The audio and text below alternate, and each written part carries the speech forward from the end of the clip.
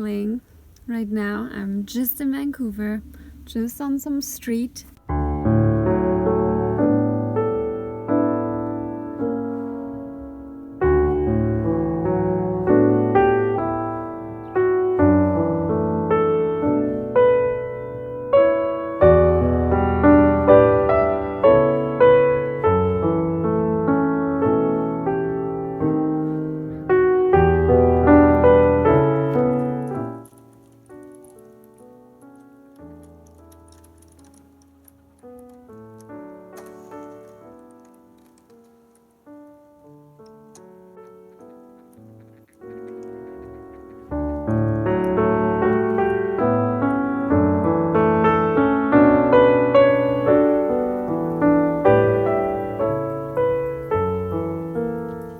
So this is gonna be about how to stay warm in the van in the winter. And yeah, I've had quite a few freezing nights so far, and I managed to get through. I'm not sick or anything, so fingers crossed. I'll stay like that. And yeah, just wanted to show or to share some some little things that I do to kind of get through this season. I know I haven't been in the van for a whole winter yet, but so far I already collected a few things that I do which help me, and yeah, so maybe it's gonna help you too. Okay, first thing, you really have to have a good bedding. Many people like to use Sub-Zero sleeping bags, and that's probably fine. I'm just not a sleeping bag fan, so I prefer a real bedding, which I can also use wherever, like bring somewhere, or I don't know. And so I have a down comforter, and I'm gonna show you the link in the description below. And so yeah, this has been so good. It was not super expensive, but yeah, it's great. It keeps me so warm at night, and like in the van sometimes at night it's like 0 degrees or so, and I don't feel it under the comforter, so I have to look at my thermometer to tell me how cold it actually is beyond the blanket. No matter what kind of insulation you have, and I don't know if I have a good one or so, it is gonna get cold. It's just gonna take longer to get cold, but eventually after like 7 hours, it's gonna be really cold in the van, like almost as cold as outside. And yeah, so yeah, the coldest it's gotten in here was like, I think, tiny bit below 0 degrees Celsius. But and outside it's been like, I don't know, maybe up to minus 8 degrees or so. So yeah, it works a little bit, the insulation, but yeah, it will get cold. Second tip is also related to that. Wool blankets. I have 3 wool blankets here. So this is my newest one I just got a few days ago. I really like the color, and just to show you like a little bit the texture of it, and it's pretty thick. This is my other one, and yeah, wool blankets are great when you especially when you hang out in the van in the evening and your legs get cold or you want to get out of those pants. They're great. And I'm saying especially wool blankets because that's just what keeps you the warmest. It's just the best, seriously. Polyester stuff like this is just basically like a protection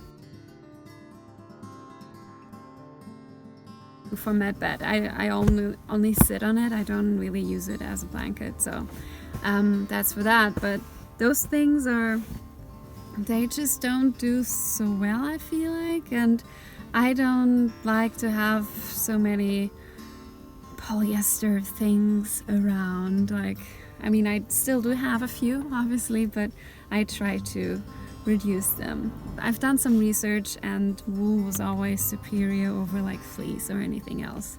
So wool is the best. Yeah, the other one I have is I basically hang around here to keep some warmth inside. I wanted to use wool as insulation, but it's just too expensive, and so I opted for the cheap stuff. But yeah, wool is your friend. And okay, any vegans like down bedding, wool, obviously that's gonna be a problem, but yeah, I don't know what else you should do there. I mean, there's synthetic options, but I just don't believe in them, so I don't know. Yeah, and the wool blankets, I've only bought those secondhand in thrift stores, and I feel like in every big thrift store I go, there's always a wool blanket. And for this one, I was actually just like going there and like, I don't need one, but just want to take pictures for you to see if there's anyone. And I don't know, I just had to get it because the color was so nice. But like those two, they were each like 20 bucks Canadian, which is really cheap for a good wool blanket, and they're good quality. They don't have holes or anything. Really important when you buy wool is make a smell test. If they smell like smoke, then it's gonna be a problem. You're gonna have to like wash them, use dryer sheets, or soak them in apple cider vinegar, stuff like that. You don't want to deal with that, it's annoying. So try to get non-smelly wool blankets, because yeah, washing them is gonna be an issue. You have to be careful. So yeah, they're not expensive at all. Don't buy them new. They're like at least 50 bucks. I'm talking Canadian, and that's 20 bucks. So much better. And yeah, so you just have to like, they always have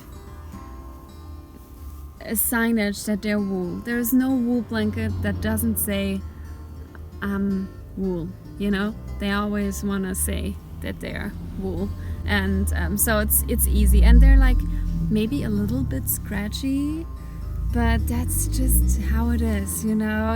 If you want warmth, then go for wool. And by the way, cotton blankets, they also don't do too much. They're not synthetic, but wool is the best.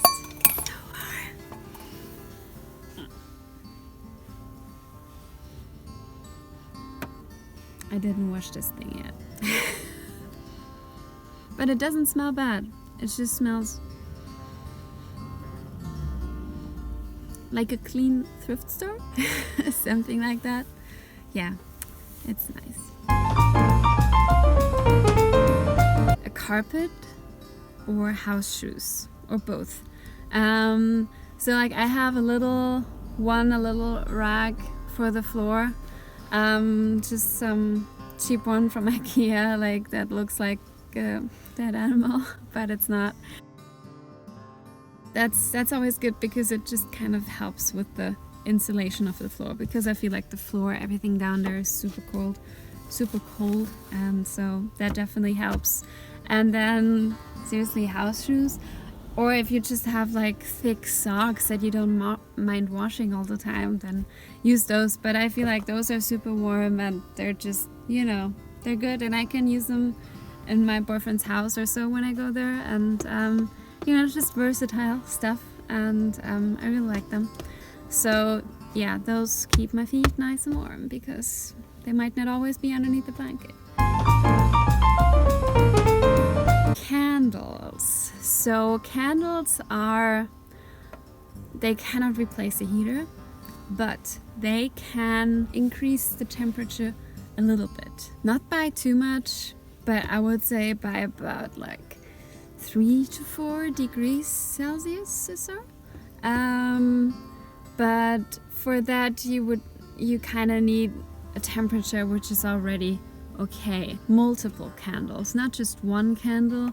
I usually, when I like try to do it just with the candles for a night, I have like 3 big ones and like or actually one with like 4 burners and stuff. So you need a few, and you have to have them securely, obviously, like in some container.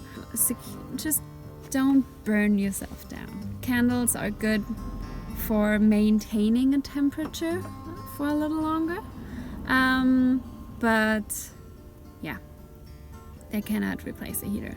So usually when it's already like about 13 degrees Celsius or warmer, then I try to do the candles and see how long it is good for. And when you turn them out, try to maybe suffocate them so that you don't have to deal with all the smoke of the burning of the candles when they go out, because it's just, you know, it's a nice smell. I kind of like it, but it's a little too much, and you don't want to have to open windows too much when you go to bed and when the van is nice and warm. So try to suffocate them. Yeah.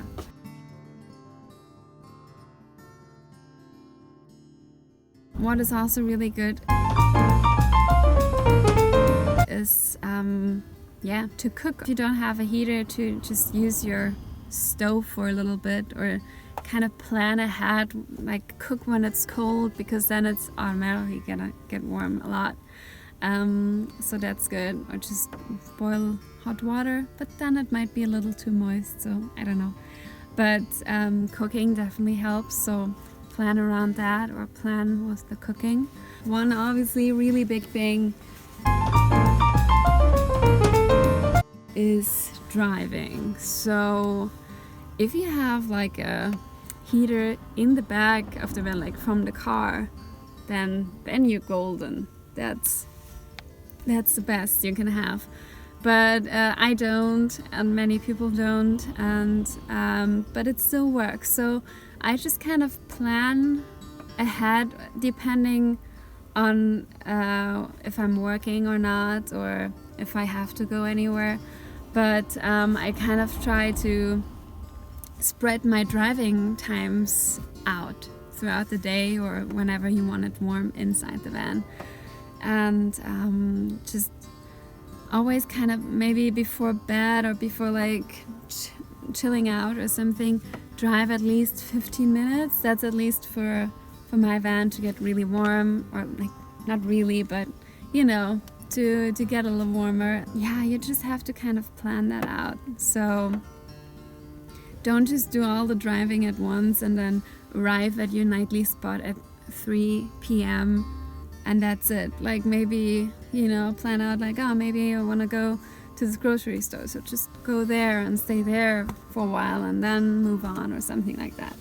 I'm not a fan, some people do that. I'm not a fan of just like letting the car run while standing in a spot.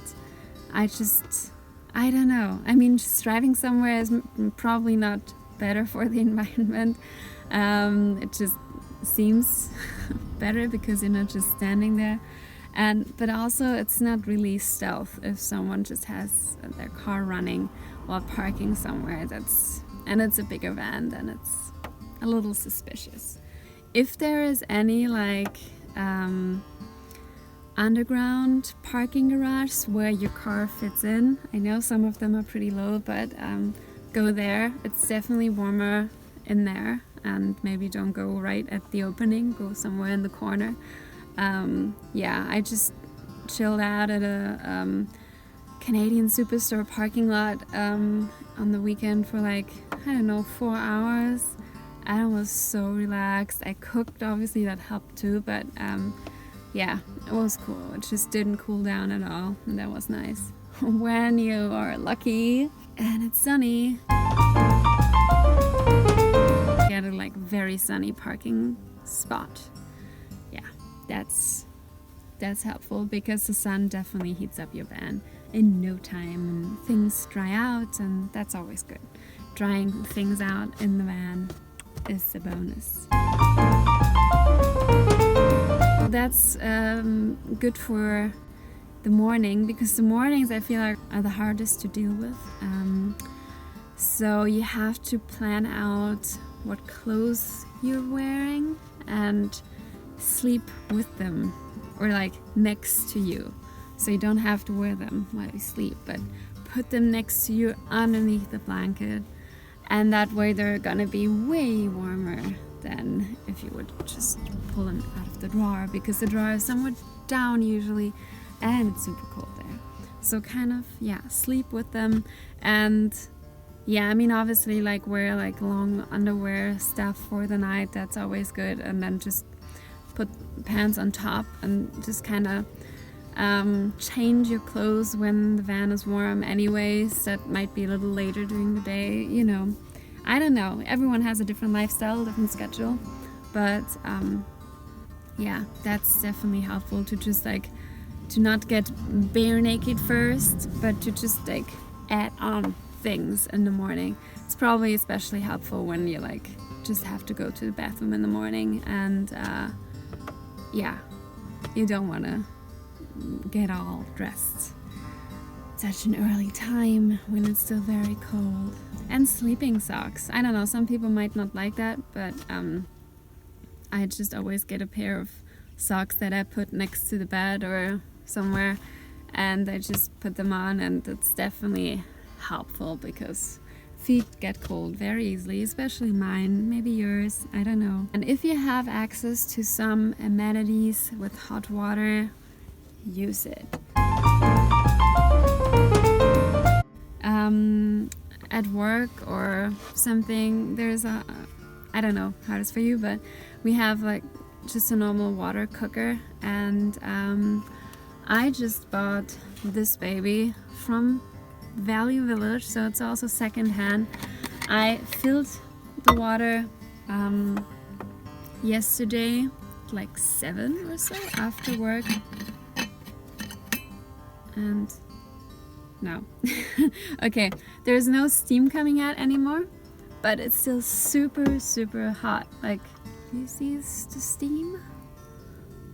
It's hot. It's still hot. This thing is the bomb. Yeah, so I guess it's like double wall insulated. Just get hot water, make yourself a tea or a coffee, and then in the morning you have a tea and a coffee. Or even at night, whenever you want to drink that. But that's just great. It just keeps you warm from inside and helps. And another big thing, obviously, the hot water bottle.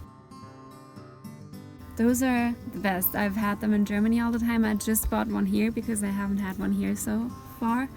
And I haven't used it yet because it's new, and yesterday I forgot to bring it to work and stuff. But if you do have access to hot water, use it wisely and use it a lot.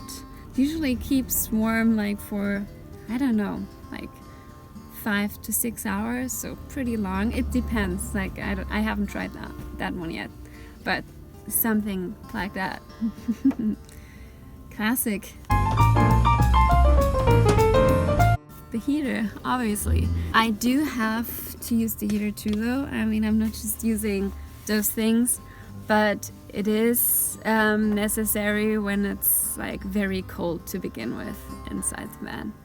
Like, there's no way you can help yourself with just candles, and yeah, like if you don't want to be underneath your blanket the whole time in the van, then you need a heater, because if it's like 0 degrees in the van, or even like up to just 8 or so, then candles are not gonna do too much usually. And if you cannot drive around, yeah. So yeah, I used a Wave 3 heater, and I have a video how I install it. I can put it in the description. Yeah, and that thing works very well. So it's very easy. Like, I have my propane tank here. The hose goes underneath the bed and there, so it's nothing in the way right now. That's nice, and it's just tucked behind the passenger seat. I just always kind of check the connections if they're tight. I have my backup CO2 monitor as well as gas monitor. Just want to be safe. There's no leaks or anything, and I would advise everyone to kind of do that. Just be safe, because those things are not supposed to be in small spaces, so yeah. And yeah, and it like heats up the van like not super fast, because it's not the body heater. The body heater, I've heard, is like bam in your face, but this one is just like nice steady warmth. And yeah, but you totally like feel the heat from the beginning. It just takes a while to heat up the whole space. I really like it. I've had it for 4 weeks or something like that, and I didn't change the bottle yet, so it's still good. I have a 10-pound propane tank, so yeah. And the heater definitely like can get the temperature in the van from 0 to 20, something like that, or 19, whatever. It can do that, and no candle can do that for you. Those are my tips to stay warm inside the van in the winter. And yeah, I've been doing good. Yeah, obviously wear clothes, wear, you know, layers and merino wool. Yeah, I'm a wool girl. Stay warm. Don't get discouraged by the cold. That's just nature.